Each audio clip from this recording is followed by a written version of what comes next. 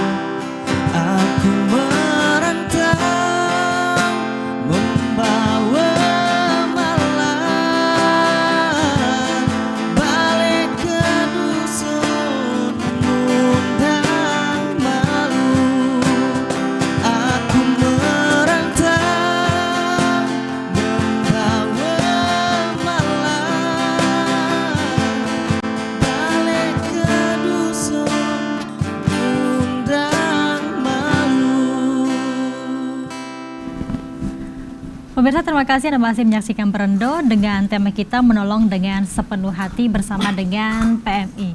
Bang Joni, boleh dijelaskan nih Bang Joni, dari kegiatan PMI sendiri terkait dengan donor darah ya, apakah memang sekarang tuh kesadaran masyarakat dalam mendonor darah telah tinggi atau seperti apa Bang Joni? Ya, dengan kita membentuk unit donor darah PMI Persib Bengkulu pada 2022 kemarin ya, diresmikan oleh Pak JK. Jadi tingkat partisipasi masyarakat dalam hal menjadi donor darah sukarela itu ya semakin lama semakin meningkat. Tapi mungkin Dokter Tari teknisnya dia bisa lebih menjelaskan. Ya. Karena kita menyasar juga masyarakat ini sekarang, kita seperti saya katakan tadi, kita langsung ke on the spot. Ya. Kalau dulu orang datang donor itu kan dia datang ke rumah sakit, dia datang ke PMI kan, maksudnya ke unit donor darah PMI. Tapi sekarang kita yang datangin orang, ya, baik itu di ruang publik, ya, maupun di komunitas. Misalnya kan di RT nggak masalah. Ya, misalnya kalau kita sekarang kalau ada orang mau donor, asal dia ngasih tahu kita jemput nggak apa-apa, kan kita punya busnya. Cuma kendala kita adalah bus kita itu kan besar. Nah kita ini lagi mengusahakan ada mobil yang kecil ya dok ya, mobil yang kecil yang bisa masuk ke gang-gang.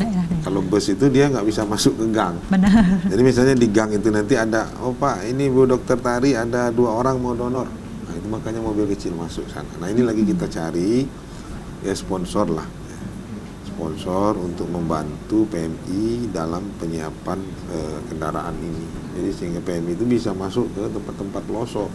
Jadi orang nggak perlu pusing lagi untuk datang ke PMI jauh-jauh atau ke rumah sakit ya.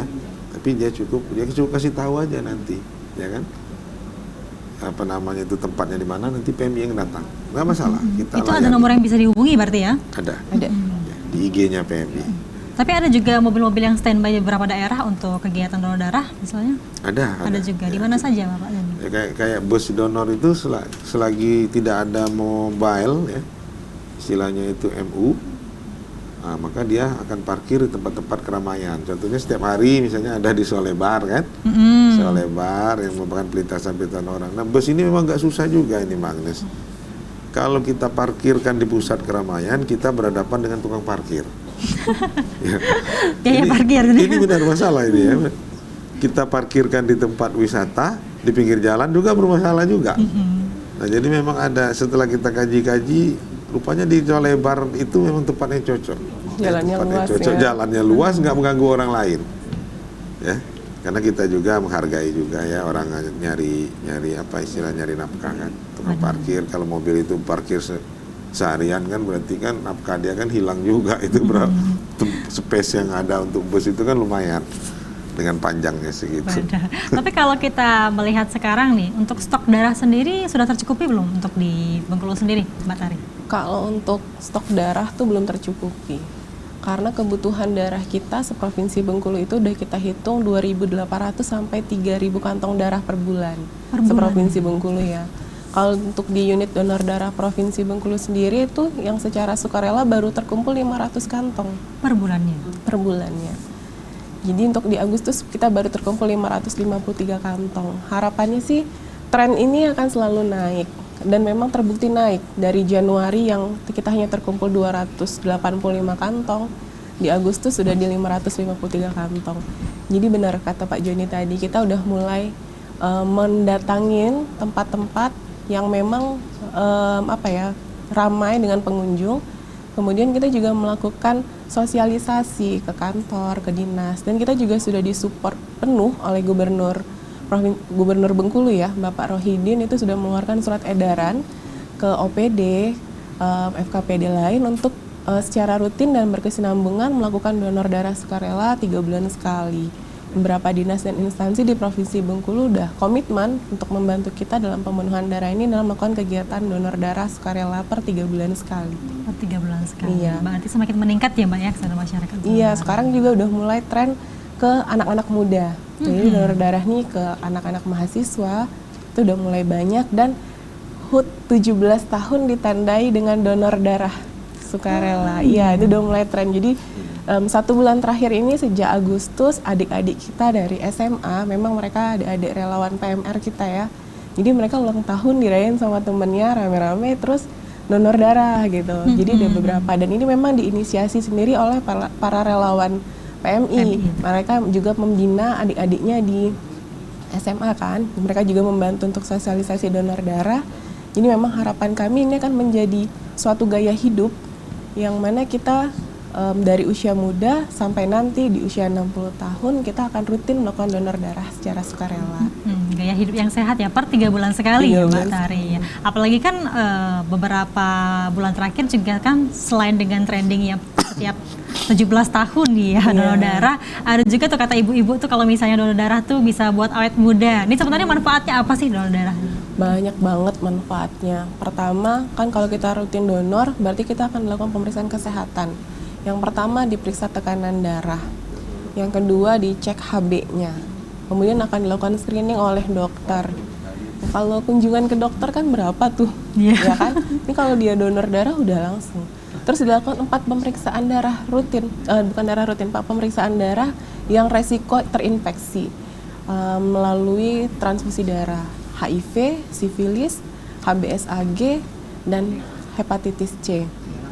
Nah itu kalau kita cek di laboratorium 1 pemeriksaan itu udah berapa, ya kan? Nah kalau ini kita diperiksa tuh gratis di PMI. Kemudian karena kita rutin donor darah juga, itu untuk membantu menjaga kesehatan, metabolisme kita menjadi lebih baik ya. Untuk penyakit-penyakit kayak gula darah, kolesterol, asam urat, itu resikonya lebih rendah untuk terkena penyakit tersebut. Kemudian juga kan pembentukan sel darah merah kita tuh menjadi lebih ibaratnya tuh gini, kalau selalu dipicu untuk membentuk sel baru tuh akan terpicu juga. Itu makanya rata-rata para pendonor darah itu di usianya yang udah 60-an tuh sehat dan masih awet muda. Karena sering donor darah. Sering donor darah.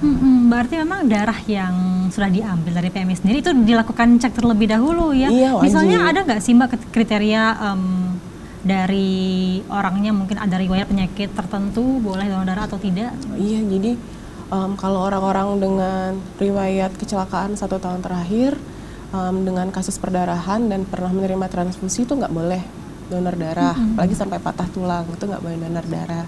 Orang dengan penyakit kanker itu nggak boleh donor darah, karena kan mereka yang membutuhkan. Orang dengan anemia ya, kekurangan darah, itu juga nggak boleh donor darah. Habis itu pada ibu hamil, ibu menyusui, itu juga nggak boleh untuk berdonor darah. Ada lagi orang yang memang sudah pernah ada riwayat didiagnosa sakit kuning ya, hepatitis B atau hepatitis C, atau memang pernah terindikasi sifilis atau HIV, itu nggak boleh. Itu udah statusnya cekal di rekam medis kita, jadi nggak akan bisa donor.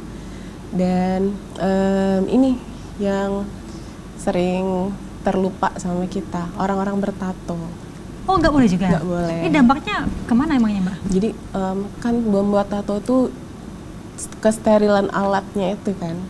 Nah, kalau di dunia medis tuh udah pasti alatnya steril. Nah, kita nggak tahu nih pada saat membuat tato itu benar nggak jarumnya steril atau jarum baru.